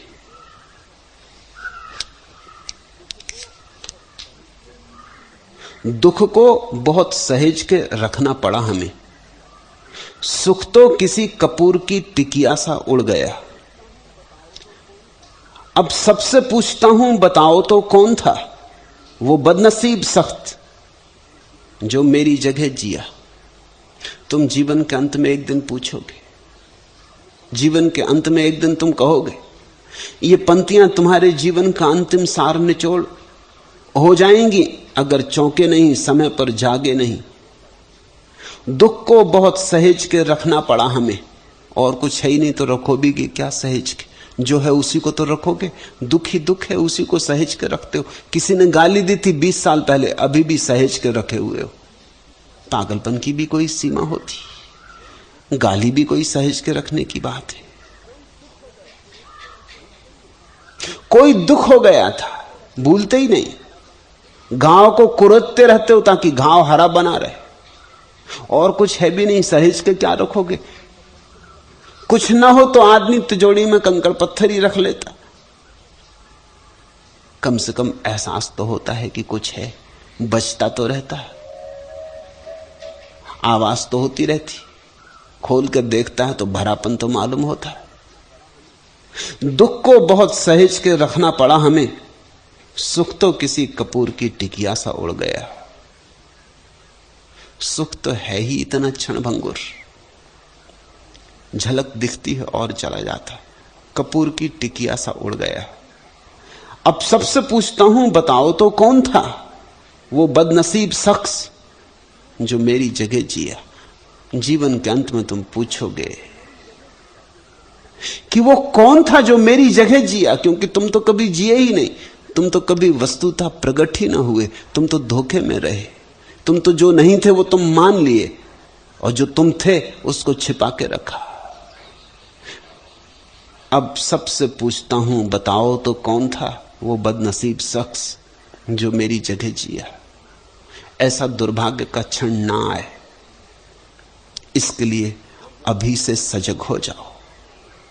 जो जो झूठ है काट दो, जो जो तुमने नहीं जाना है, अपने अनुभव से नहीं जाना है, उसे उतार दो, बासे को, उधार को हटा दो। जो किसी और से आया है और तुम्हारे अनुभव से नहीं जन्मा है, उससे मोह छोड़ दो। तुम जैसे हो वैसे ही अपने को जानो, चाहे ये कितना ही कष्टकर हो और चाहे कितने ही कांटे चुभे, लेकिन सत्य, प्रामाणिक, ईमानदारी से तुम जो हो वही अपने को स्वीकार कर लो। अज्ञानी हो अज्ञानी, क्रोधी हो क्रोधी, बेईमान हो बेईमान, झूठे हो झूठे, चोर हो चोर, जो हो उसे स्वीकार कर लो। हो तो चोर और अचोरी का व्रत लिए हो तो कामी और ब्रह्मचर्य की बातें कर रहे हो तो लोभी और छोटा मोटा दान करके अपने को धोखा दे रहे हो।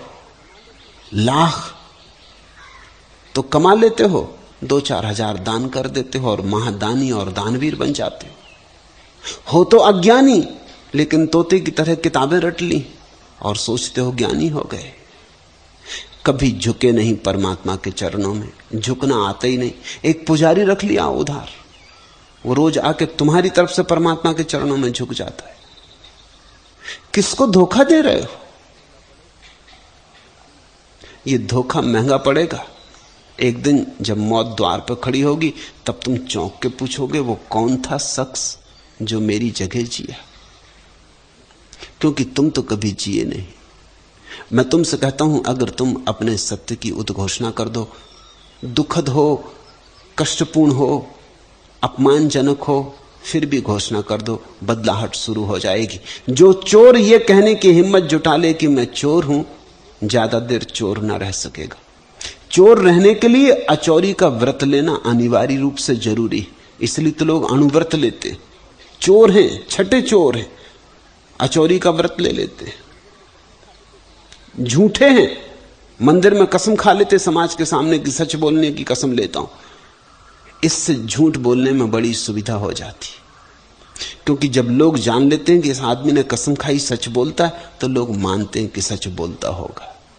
झूठे को इस बात की बड़ी जरूरत है कि लोग माने कि मैं सच बोलता हूं, इसलिए तो झूठ चलता है। झूठ सच के सहारे चलता है, झूठ के अपने पैर नहीं, सच के कंधों पर चढ़ के चलता है।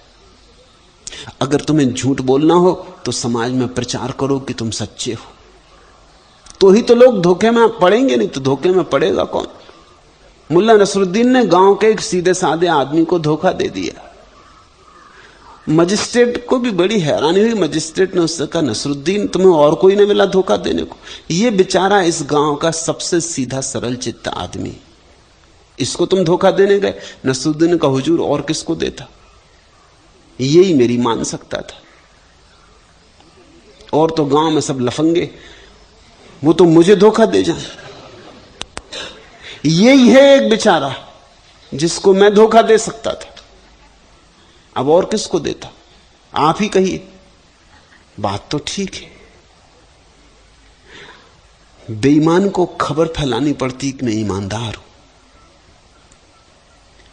प्रचार करना पड़ता है कि मैं ईमानदार हूं। उसकी ईमानदारी की हवा जितनी फैलती, उतनी ही बेईमानी की सुविधा हो जाती। तुम्हें पता चल जाए कि आदमी बेईमान है, फिर बेईमानी करनी बहुत मुश्किल हो जाती है, असंभव हो जाता है।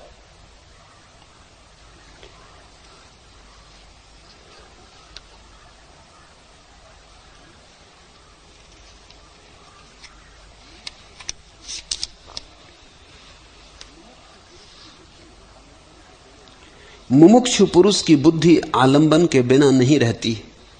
मुक्त पुरुष की बुद्धि सदा निष्काम और निरालंब रहती। मुमुक्षो बुद्धि आलंबम अंतरेण न विद्यते। मुमुक्षु पुरुष की बुद्धि आलंबन के बिना नहीं रहती। मन बिना आलंबन के नहीं रहता। मन को कोई सहारा चाहिए। मन अपने बल खड़ा नहीं हो सकता।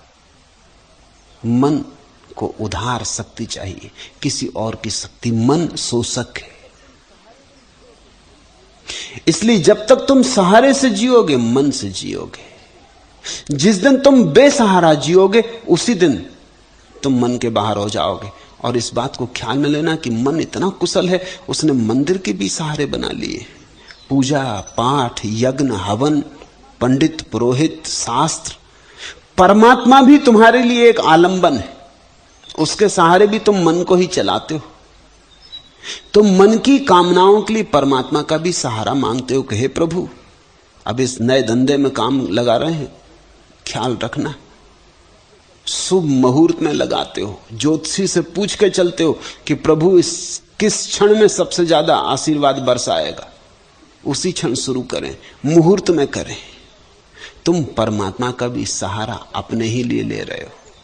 ख्याल करो, जब तक तुम परमात्मा को सहारा बनाने की कोशिश कर रहे हो, तुम परमात्मा से दूर रहोगे। जिस दिन तुमने सब सहारे छोड़ दिए, उस दिन परमात्मा तुम्हारा सहारा है। बेसहारा जो हो गया, परमात्मा उसका सहारा है। निर्बल के बलराम, जिसने सारी बल की दौड़ छोड़ दी।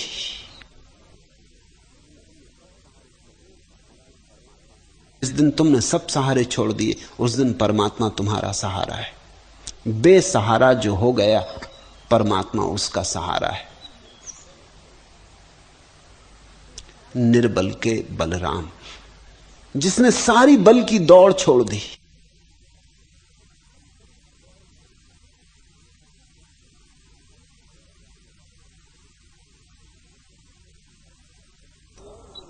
जिसने स्वीकार कर लिया कि मैं निर्बल हूं, असहाय हूं और कहीं कोई सहारा नहीं, सब सहारे झूठे और सब सहारे मन की कल्पनाएं। ऐसी असहाय अवस्था में जो खड़ा हो जाता है, उसे इस अस्तित्व का सहारा मिल जाता है। मुमुक्षु पुरुष की बुद्धि आलंबन के बिना नहीं रहती। मुमुक्षो बुद्धि आलंबम अंतरेण न विद्यते। निरालंबैव निष्कामा बुद्धिर मुक्तस्य सर्वदा। लेकिन मुक्त पुरुष की बुद्धि सदा निष्काम और निरालंब है। मुक्ति का अर्थ ही है निरालंब हो जाना, निराधार हो जाना। मुक्ति का अर्थ ही है अब मैं कोई सहारा न खोजूंगा। और जैसे ही सहारे हटने लगते हैं, वैसे ही मन गिरने लगता है। इधर सहारे गए, उधर मन गया। मन सभी सहारों का जोड़, संचित रूप है। सारे सहारे हट जाते, बस मन का तंबू गिर जाता है।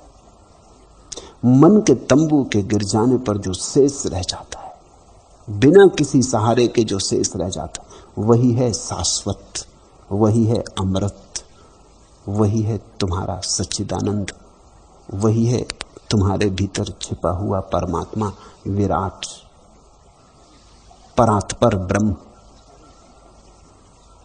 तुम्हारे भीतर मौजूद है। ऐसा समझो कि तुम्हारा आंगन, दीवाल उठा रखी। दीवाल के कारण आकाश बड़ा छोटा हो गया आंगन में। दीवाल गिरा दो, आकाश विराट हो जाता, सारा आकाश तुम्हारा हो जाता। मन तो आंगन है, छोटी छोटी दीवालें चुन ली, उसके कारण आकाश बड़ा छोटा हो गया। गिरा दो दीवालें, हटा दो दीवालें, तोड़ दो परिधि, गिरा दो परिभाषाएं, तत्क्षण तुम्हारा आकाश विराट हो जाता है।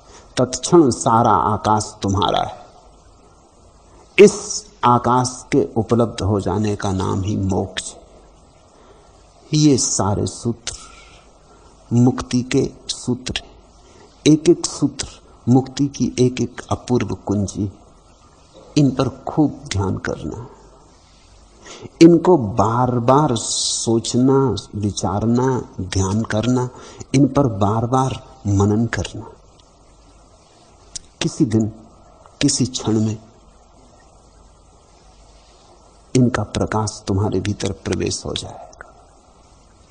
उसी क्षण खुल जाते द्वार अनंत के, अज्ञात के। उसी क्षण तुम मेजबान हो जाते, प्रभु तुम्हारा मेहमान हो जाता है।